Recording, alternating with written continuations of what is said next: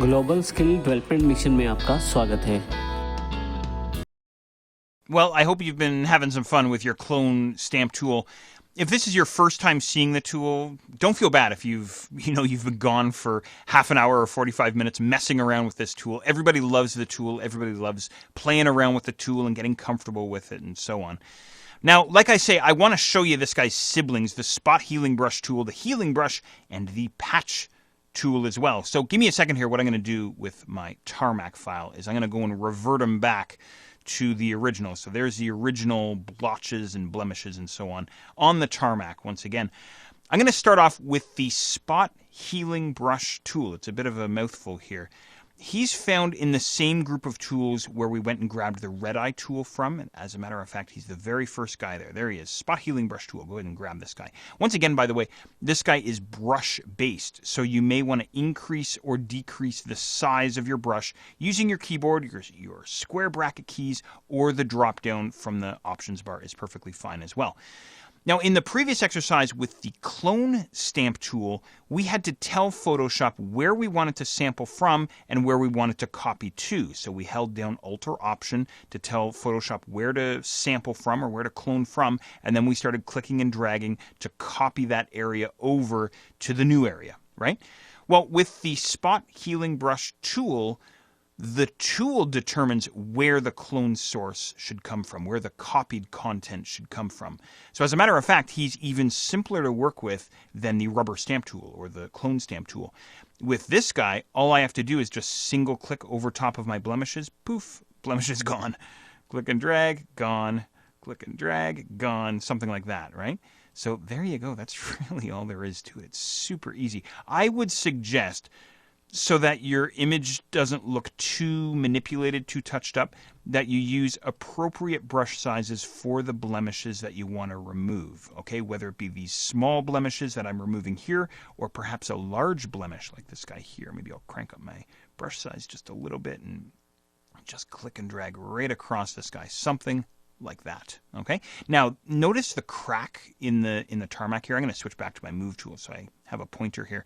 There's a line here which sort of got blurred out on that last maneuver. What I could do if I were really dedicated, and I would do this if this were a real world project, is I'd go back to my clone stamp tool, my rubber stamp tool, and I'd try and clone some of this stuff back in, maybe grabbing or sourcing from down here and cloning it back up towards the top, something like that. Okay?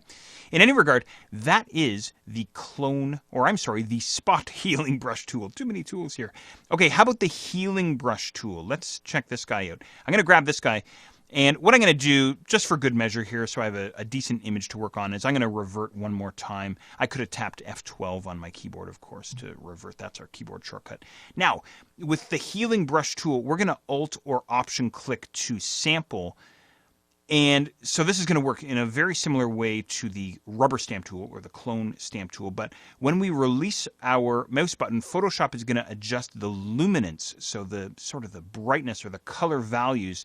So unlike the clone stamp tool, which directly copies, Photoshop's going to kind of jump in here and help us out a little bit. Okay, so I'm going to go after some of these blotches and blemishes one more time here.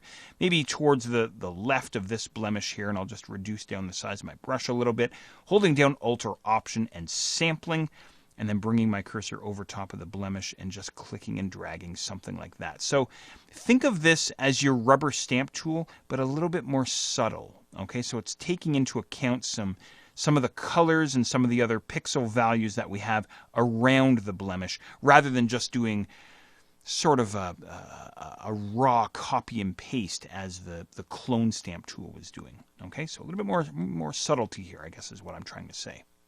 All right, so you can certainly monkey with this guy. And by the way, all these different tools that I'm showing you, you might like one or two of them and you might leave the rest. That's perfectly fine. I'm just giving you options here. Okay, so there's the healing brush tool.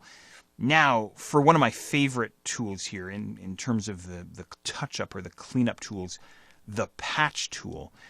And I'm going to use this large mark here on the tarmac to demonstrate the next tool here, the patch tool. With this guy, what we can do is we can quite literally cut a window into our image and then move the image around inside the window. Let me show you this instead of trying to explain it. I'm going to bring my cursor up towards the top of this blemish, and I'm going to click and drag out. And what we are doing here together is we are freehanding out a selection. In other words, marching ants, just like that. So this is going to be our window, okay? And then if I bring my cursor inside the window, I can click and drag around and decide what area of the image I want to drop into that window. Maybe it's some other area inside my image. Hopefully one that doesn't contain a blemish, though, so maybe down towards the center here, something like that. Let go with my mouse. Photoshop matches it up, and then I can deselect Controller Command D on my keyboard. How do you like that? So there's the patch tool.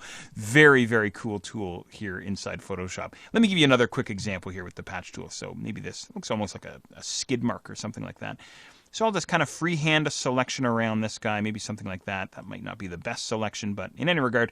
And then I just start clicking and dragging inside my image to decide what content I want to put into that tiny selection that you and I just made, something like that. Notice when I let go of my mouse, the brightness and the color values shift just a little bit inside my window, inside my selection. So again, Photoshop's jumping in to help us sort of match up the colors and the luminosity that we have here. In any regard, there we go. That's looking a little bit better anyway, but as always, I could spend a lot of time working on this guy. But there you go. There's your spot healing brush tool, the healing brush tool, and also the patch tool as well.